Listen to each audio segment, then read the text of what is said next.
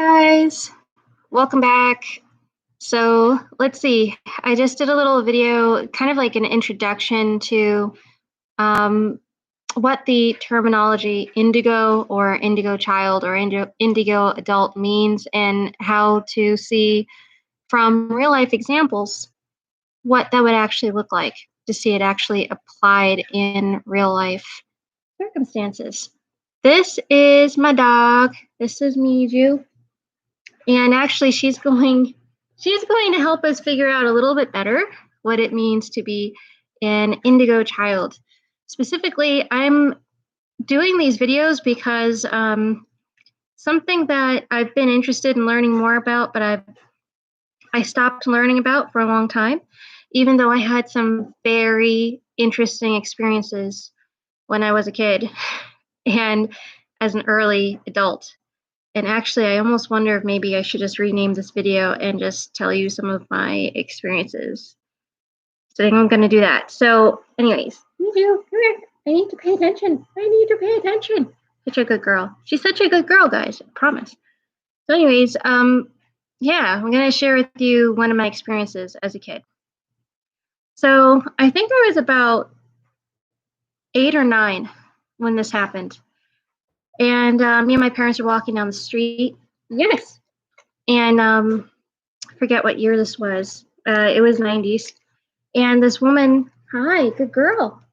This woman walked up to me and she just stared at me and she just stopped dead in her tracks. And then, yeah. And then she turned. Yes, I love you too. And then she turned to my parents and said, "What is that? How did you do that?" My parents didn't know what she was talking about. No, they didn't know. They didn't know what she was talking about. So they asked her, obviously, eh? They weren't real polite about it because they were a little bit freaked out. But so they just asked her to explain what she meant. Good girl, good girl. And she said, "There's this weird light around your kid. Whenever I look at your kid, I see this really cool light. It looks like a cloudy fairy thing. That's really cool. I want to know how to do that for my kid.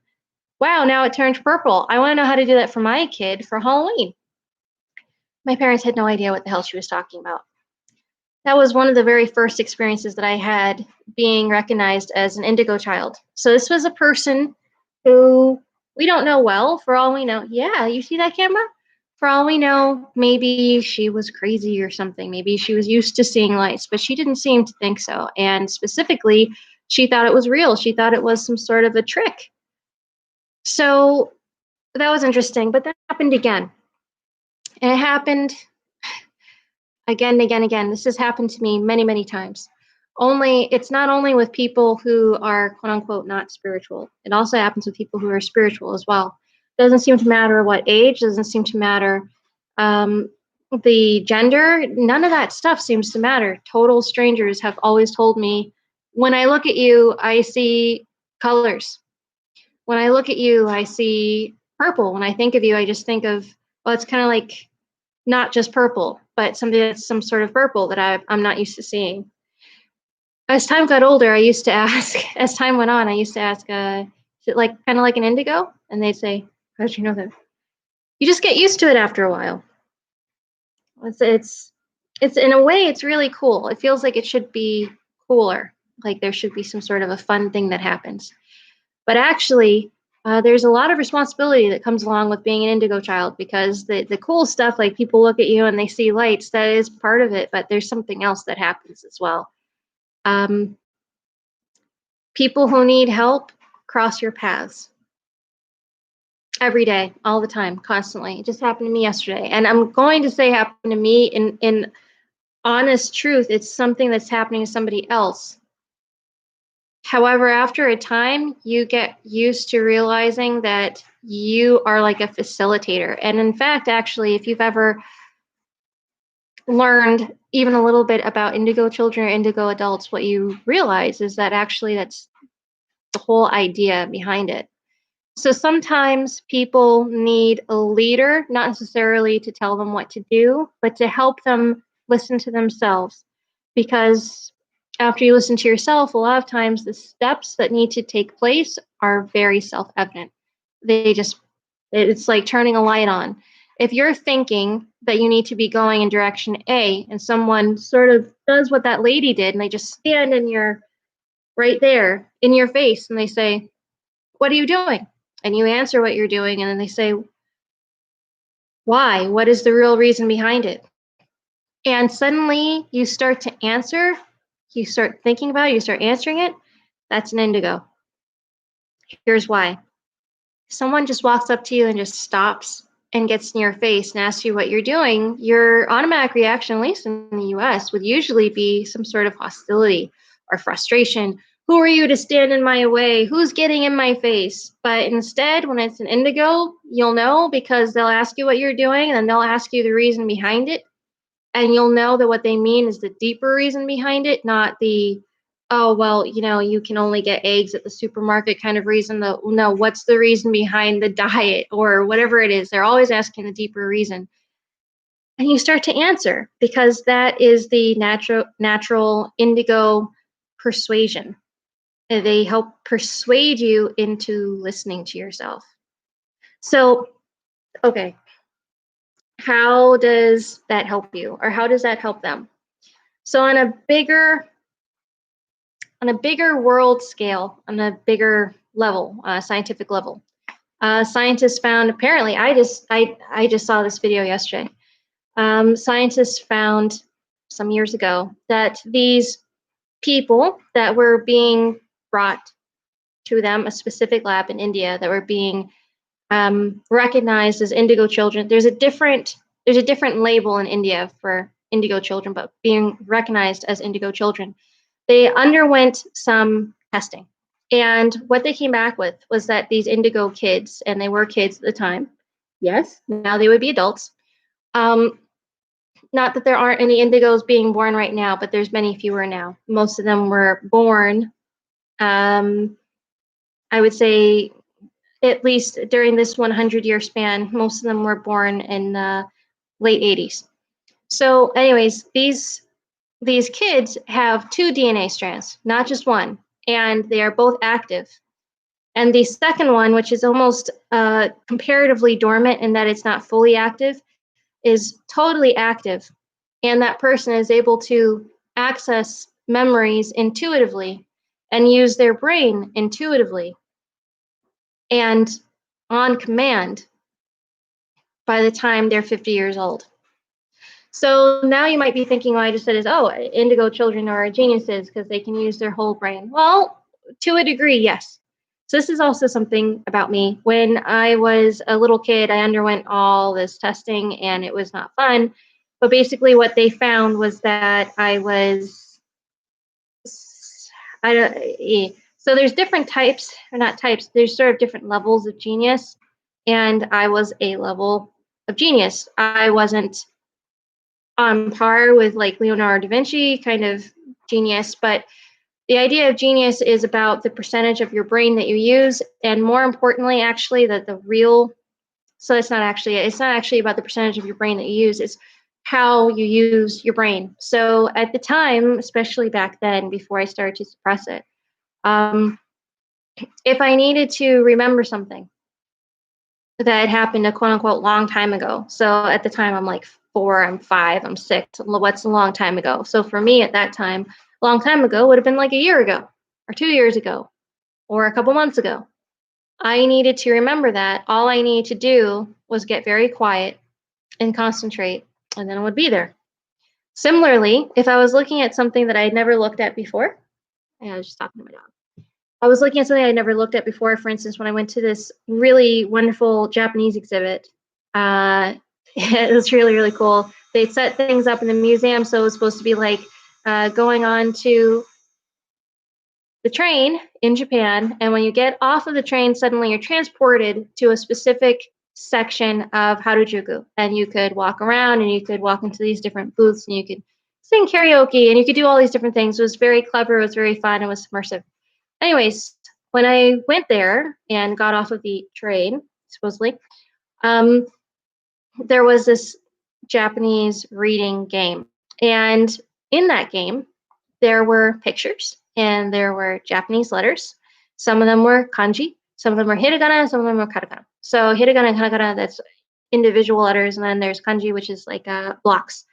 So I got every answer right in this game, and it's because I knew it. But I didn't speak any Japanese at the time. This is part of the reason why I decided to start speaking Japanese, because we went to that exhibit and I just intuited the answers to this Japanese game, puzzle game.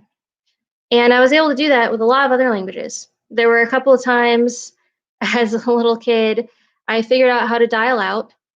And after a minute or two, I started actually speaking with the person on the other side of the phone, even if it was just an operator. There were a couple times I spoke Mandarin. There were a couple of times that I spoke other languages as well. It was a natural thing for me to do. So that's usually a sign of being an indigo, because there are these two strands that are active in your body of DNA, and one of them is fully active and the other one is semi. As you get older, it's sort of like how do I put it? It's more and more alive. You're able to, because of that, you're able to access very, very deep memories that most people can't. You're able to remember a lot more too. So it's a very interesting situation to be in, to live as an indigo, because you start off with this feeling from the time that you're a little kid, with a feeling of responsibility. And part of that is because earring gone.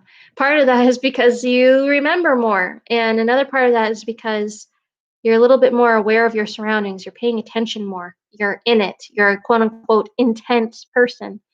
And you're a quote unquote old soul. And so science believes that maybe part of the reason why these particular kids with these two strands of DNA would be recognized as old souls is because in that second strand of DNA, they can access, supposedly, memories, ideas intuitively that their ancestors, their direct ancestors, might have had. It's pretty interesting. And I'm going to include in the description of this video the original video that I learned that from. It was actually a conference that was done in India years ago. So make sure you look in the description below underneath this video when it's done. I'm going to end in just 2 minutes. So those are some of the interesting things about being an indigo child. And I don't know about you, but I've noticed that there's a lot of different ingredients, a lot of different things that match up about being an INFJ, versus an indigo. And here's the last thing that I'm going to mention for today. Indigo children, you guys love to learn. And you start to feel very lonely because the people around you don't love to learn. I've come to believe that there's a reason why the people around you don't love to learn, and that is because they might need to learn from you. So in other words, think of it like if you were this ingredient that other people were missing. That's what an indigo child is. They're a social ingredient that other people are missing. They are the catalyst to people following whatever their true path is in terms of what they actually need, even if it's something that normally they would try so desperately hard to ignore. In other words, indigo children help the people around them figure out without trying. They don't want to, but they start to act like their better selves. They really might not want to. And in fact, sometimes people will find indigo children really irritating because of this, because they're not indigos and they don't really understand why this person always needs to know the right or the wrong or the reason behind this or that. They want to be able to just go through life blindly and sort of given into all their vices and blah, blah, blah, blah. And it gets irritating having this person around them who's saying, what are you doing with your life right now? Really? You're going to do that? You're not worried at all about the repercussions? The INFJ worries about the repercussions. I don't know if you guys are into this, but if you are into INFJ stuff, most of my channel is about that. But I just have to say, I've noticed there are some major similarities between the INFJ and the indigo child. for sure. And one of those things is a sense of responsibility or a sense of self and a sense of responsibility because of that sense of self. You know what your need is, what the thing is that you need to do in your life, even if you don't understand how it could possibly work or why that would help other people. You know that it's the right thing for you to be doing. You might be really resisting it, but you already know. But when that option to do that really big, dumb, stupid, but really fun thing comes up that everybody else automatically jumps into, you're the only one who's just standing there and then leaves because you know intuitively this is not going to help you and you deserve more. And so does everybody else. So that's something that INFJs can feel and indigo kids and adults will understand. So there's a lot more information about indigo kids or indigo adults, and I encourage you to seek it out. And I'm going to put in the description of this video links to some really short, really educational videos that will really, really help you sort of clean the window and let the sunlight through and learn a little bit more about yourself or a little bit more about your friend or maybe a little bit more about your kid. So indigo children are quote unquote old souls because they have two strands of DNA that are both active at the same time and allows them to access information a little bit more easily, which is another way of saying it allows them to use their brain a little bit more. I'm going to use the word fluently or effectively. It allows you to think intuitively. I I used to do this all the time with math. If someone gave me one of those really long, complicated, stupid things, if Timmy and Johnson and so and so and so and so and his best friend Mal are on the train and it's going at 50 miles per hour, but their other friend Gianna doesn't like Wham, when will they get to the train station? I didn't think it through. I didn't put the pieces together. I got very quiet and I waited for the answer in my head, and I'd say the answer, and it was always right because that was intuitive. That was me just, I knew that I knew it somewhere, somehow, and I just let myself know it. I didn't get in the way. As time went on, I learned how to stop that or make it harder for me to do because I wanted to fit in with other people better because I was hoping that maybe if people could listen to me better, that I would feel more loved and less hurt. And in fact, actually, it was the opposite because the more you become like the quote unquote sheeple or the people or the sheep around you, the more they treat you like fellow sheep. And they know to their way of thinking that your worth is their worth and they don't really think they're worth very much because they know there's a lot of them. It's very interesting. It's something that you can't get away from by just trying to pretend like you don't know that you think very intuitively and that you come up with the right answers every time. You can't act in your life like you don't know any better because once you know better, and there's no going back. So, anyways, that's just a very short introduction with some real life experiences of mine as an indigo child. I hope that if nothing else, you found this fun and that now maybe, I don't know, you might want to keep it to yourself or you might want to, just look around you because there is an indigo near you. If you're watching this, there is an indigo near you. And go ahead and let me know in the comments below when you figure out who that is. Yeah. All right. Love you guys. Stay safe. Stay sane. Bye.